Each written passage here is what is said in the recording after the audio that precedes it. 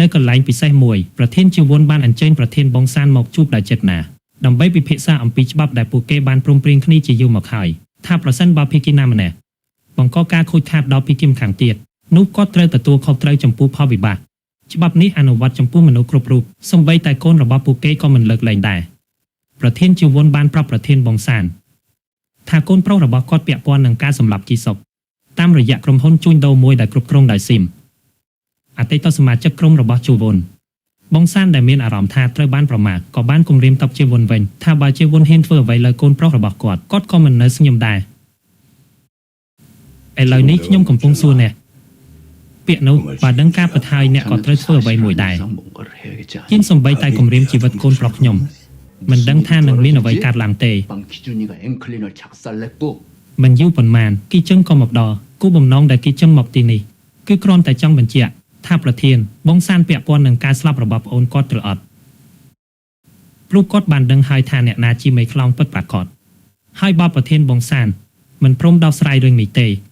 នោះគាត់នឹងដោះស្រាយតាមរបៀបរបស់គាត់ផ្ទាល់លោកប្រធានមិនពាក់ព័ន្ធទេមែន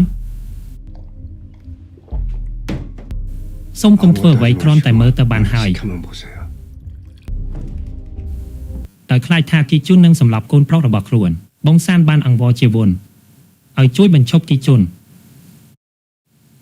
ដំបូងជាវុនបានបដិសេធប៉ុន្តែបន្ទាប់ពីបងសានសុខចិត្តប្រកល់សន្តាគាររបស់ខ្លួនជាការសងជំនួសកំហុសរបស់កូនប្រុសជាវុនក៏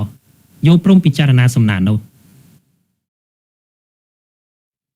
ត្រឡប់ទៅសន្តាគារវិញបងសានបានវីកូនប្រុសរបស់ខ្លួនភ្លាមឲ្យគេសារភាពពីទង្វើរបស់ខ្លួន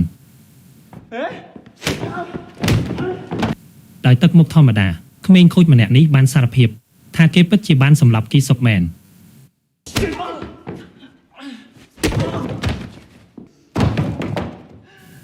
ជនមូសារភាពថាធ្វើបែបនេះព្រោះគីសុកបានប្រមាថគេនៅមុខមិត្តភក្តិមិនត្រឹមតែប៉ុណ្ណោះជនមូក៏ចង់បង្ហាញឪពុករបស់គេផងដែរ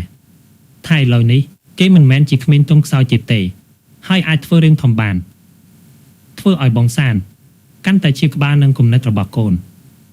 សរុបមកបើជនមូមិនចង់ត្រូវគីជុនសម្លាប់កុំធ្វើអ្វីដោយគ្មានការអនុញ្ញាតពីគាត់ចំណែកគីជុនបានទៅកន្លែងហ្វឹកហាត់បេសបលជួបមិត្តភក្តិរបស់គាត់ឈ្មោះបូជិបដំបូងបង្អស់បូជិបបានរំលែកទុកចំពោះការស្លាប់របស់គីសុកដែលជាប្អូនប្រុសរបស់គីជុនគាត់ជឿថាគីជុនបានដឹងអ្នកល្មើសរួចហើយគោលបំណងដែលគីជុនមករកបូជិបគឺចង់ឲ្យគាត់ធ្វើដំបងបេសបលពិសេសមួយតាមការចង់បានរបស់គាត់ដោយដឹងថាគីជុននឹងចេញប្រយុទ្ធម្ដងទៀតបូជិបក៏ឲ្យឧបករណ៍មួយដល់គាត់សម្រាប់ការពារជើងដែលរងរបួសទន្ទឹមនឹងនោះប្រធានជនបានពិភាក្សាអំពីសំណើរបស់ប្រធានបងសានជាមួយអ្នកគ្រប់គ្រងក្រុមហ៊ុនរបស់គាត់ឈ្មោះសុងឈោបានស្នើឲ្យលោកប្រធានពិចារណាសំណើនោះម្ដងទៀតព្រោះបើពួកគេប្រឆាំងនឹងគីជុនកូនចៅភាគច្រើននឹងគិតថាក្រុមជាវុនមិនឲ្យតម្លៃដល់គីសុកជនបានបញ្ជាក់ថាអ្វីដែលគាត់ធ្វើនេះគឺដើម្បីអនាគតរបស់ក្រុមព្រោះបើប្រយុទ្ធជាមួយបងសានពួកគេនឹងខាត់បងយ៉ាងច្រើនដោយមិនដឹងថាការសន្ទនារបស់ពួកគេត្រូវបានលីកឹមសុនលួចស្ដាប់នៅបន្ទប់តខ្លួនពេលចេញពីបន្ទប់របស់លោកប្រធានសុងឈោត្រូវបានហែបំចូលមកសួរ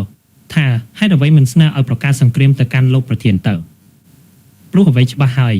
ថាជនមកគឺជាមេខ្លោមគេសង្ស័យថាប្រហែលសុងឈោសប្បាយចិត្តនឹងការស្លាប់របស់គីសុកព្រោះគាត់នឹងបានឡើងតំណែង형님 위치에 서실 테니까요. ការប៉ះទង្គិចនោះត្រូវបានលីបញ្ឈប់តាន់ពេលហើយភ្លាមនោះគាត់ក៏និយាយថា 진짜 득보다 실이 많습니까?